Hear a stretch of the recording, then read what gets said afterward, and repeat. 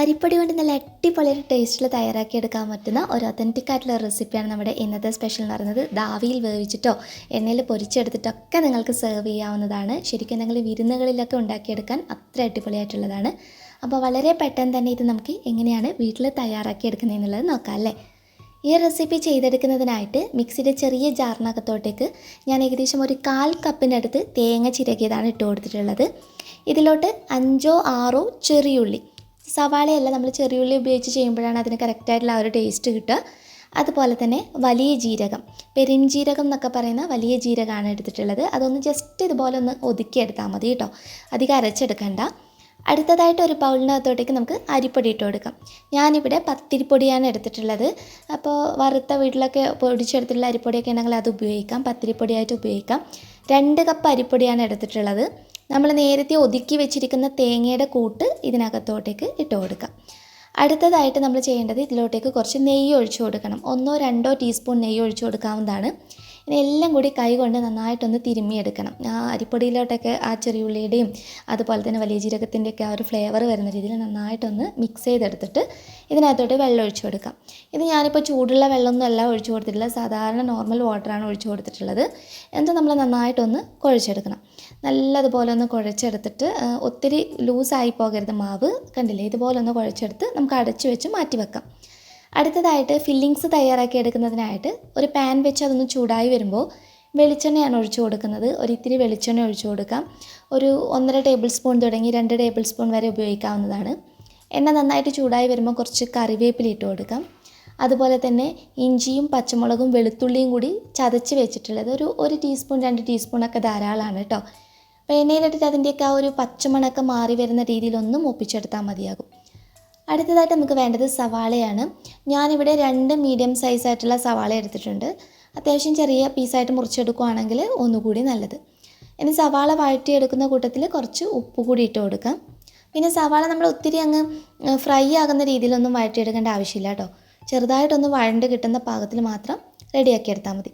ഇനി ഇതിലോട്ടേക്ക് ഞാൻ ചേർത്ത് കൊടുക്കുന്നത് ചിക്കനാണ്. ചിക്കൻ മഞ്ഞൾപ്പൊടി, ഉപ്പ്, കുറച്ച് ഗരം മസാല, ചിക്കൻ മസാല പൗഡറൊക്കെ ചേർത്തിട്ട് ഒന്ന് വേവിച്ചെടുത്തതിന് ശേഷം, എല്ലില്ലാത്ത ചിക്കനാണ് എടുത്തിട്ടുണ്ടായിരുന്നത്. അത് മിക്സിയിലിട്ട് ചെറുതായിട്ടൊന്ന് ചൂടാറിയ ശേഷം ഒതുക്കി എടുത്തിട്ടുള്ളതാണ്. ഫ്രൈഡ് ചിക്കൻ വേണമെങ്കിൽ നിങ്ങൾക്ക് ഉപയോഗിക്കാം, അതൊന്നുകൂടി നല്ല ടേസ്റ്റിയാണ്. ഇതിപ്പോൾ കുറച്ചുകൂടി എളുപ്പത്തിന് വേണ്ടിയിട്ട് നമ്മളിങ്ങനെ ചെയ്തിട്ടുള്ളതാണ് കേട്ടോ. അപ്പോൾ ചിക്കൻ ഉപയോഗിച്ച് ചെയ്യാം, ബീഫ് ഉപയോഗിച്ചിട്ട് ചെയ്യാം, മുട്ടയുടെ ഫില്ലിങ്സ് വെച്ചിട്ടൊക്കെ നിങ്ങൾക്ക് ഈ റെസിപ്പി ചെയ്യാം. എനിക്ക് ഏറ്റവും ടേസ്റ്റ് തോന്നിയിട്ടുള്ള ചിക്കൻ ഇതുപോലെ ചെയ്തിട്ടും അതുപോലെ ഫ്രൈ ചെയ്തപ്പോഴുമാണ്. ഇതിലോട്ട് കുറച്ച് മഞ്ഞൾപ്പൊടി, മുളക് പൊടി, അതുപോലെ തന്നെ കുറച്ച് ഗരം മസാല പൗഡർ, കുറച്ച് മല്ലിപ്പൊടി, ഇതൊക്കെ ഓരോരുത്തരുടെയും ടേസ്റ്റിനനുസരിച്ച് ഉപയോഗിക്കാം. ഞാൻ കറക്റ്റ് അളവൊന്നും പറയുന്നില്ല. മഞ്ഞൾപ്പൊടിയും മുളക് പൊടിയൊക്കെ നമ്മുടെ എരിവിനനുസരിച്ചിട്ട്, മുളക് പൊടിയൊക്കെ 1/2 ടീസ്പൂൺ 1 ടീസ്പൂണൊക്കെ മതി. മസാലപ്പൊടികളൊന്നും കൂടുതൽ വേണ്ട കേട്ടോ. നന്നായി മിക്സ് ചെയ്തെടുത്തതിന് ശേഷം ഞാൻ ഇതിനകത്തോട്ട് കുറച്ചുകൂടി എണ്ണ ഒഴിച്ചു കൊടുത്തിട്ട് ഒന്നങ്ങ് മൊരിയിച്ചെടുക്കുകയാണ് കേട്ടോ. അതായത് ആ ചിക്കനൊക്കെ ചെറുതായിട്ടൊന്ന് മൊരിഞ്ഞ് വരുന്ന പാകത്തിൽ. ഫ്രൈഡ് ചിക്കനാണ് ഇടുന്നതെങ്കിൽ പെട്ടെന്ന് തന്നെ നിങ്ങൾക്ക് മിക്സ് ചെയ്തിട്ട് മസാലയൊക്കെ പിടിച്ചു കഴിഞ്ഞാൽ ഓഫ് ചെയ്താൽ മതി. അടുത്തതായിട്ട് നമ്മൾ തയ്യാറാക്കി വെച്ചിരിക്കുന്ന മാവിൽ നിന്നും ഇതുപോലെ ഇഡ്ഡലി പാത്രത്തിനകത്ത് കുറച്ച് നെയ്യാണ് തൂക്കി കൊടുത്തത്, ആ ഒരു നല്ല നെയ്യുടെ ഫ്ലേവർ കിട്ടുന്നതിന് വേണ്ടിയിട്ട്.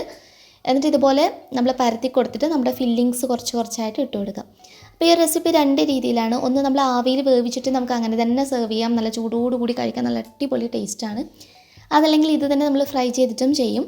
അപ്പോൾ ഇതുപോലെ കവർ ചെയ്യുക കേട്ടോ. അതായത് ആ മാവ് ചെറുതായിട്ട് ഉരുട്ടിയെടുത്തിട്ട് ആദ്യം പരത്തി കൊടുക്കുക, ഫില്ലിങ്സ് ഇട്ട് കൊടുക്കുക, മുകൾ ഭാഗത്ത് അതുപോലെ വെച്ചിട്ടൊന്ന് ഇതുപോലെ പ്രസ് ചെയ്ത് കൊടുക്കുക കേട്ടോ.